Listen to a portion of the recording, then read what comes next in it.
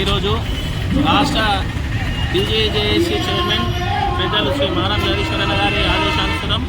ఏలూరు శ్రీనివాస్ గారు రాష్ట్ర secretary general గారి ఆలోచన మేరకు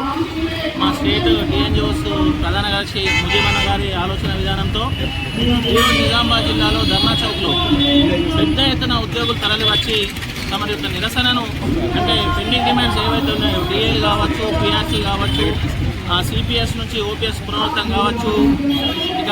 పెండింగ్ బిల్ దాదాపు 10,000 కోట్ల రూపాయల పెండింగ్ బిల్స్ కావచ్చు, ఇంకా డిపార్ట్మెంట్స్ పరంగా తీసుకుంటే అనేకమైన పెండింగ్ అంశాలపై పలు దఫాలు మా నూతన ఎంప్లాయీ హెల్త్ స్కీమ్ కావచ్చు, పలు దఫాలు మా పెద్దలు రాష్ట్ర ప్రభుత్వంతో చర్చించిన గౌరవ ముఖ్యమంత్రి గారు ఆదేశాలు జారీ చేసిన ఉన్నతాధికారులు కావచ్చు, ఇంకా కొంతమంది మరి దీన్ని అడ్డుకుంటా ఉన్నారు. కాబట్టి వారిపై ఇది మరి నిరసన కార్యక్రమం, ఇది ప్రభుత్వంపై కాదు,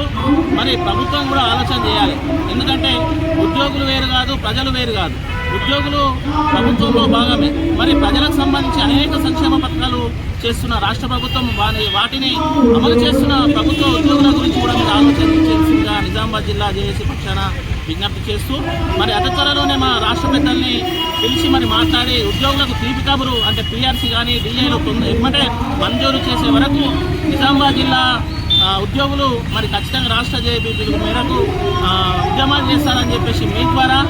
రాష్ట్ర ప్రభుత్వానికి, ప్రజలకు, ఇక్కడ నిజామాబాద్ జిల్లా ఉద్యోగులందరూ కూడా తెలియజేస్తున్నాం. ఉద్యమ వందనాలతో మీ సుమన్ కుమార్.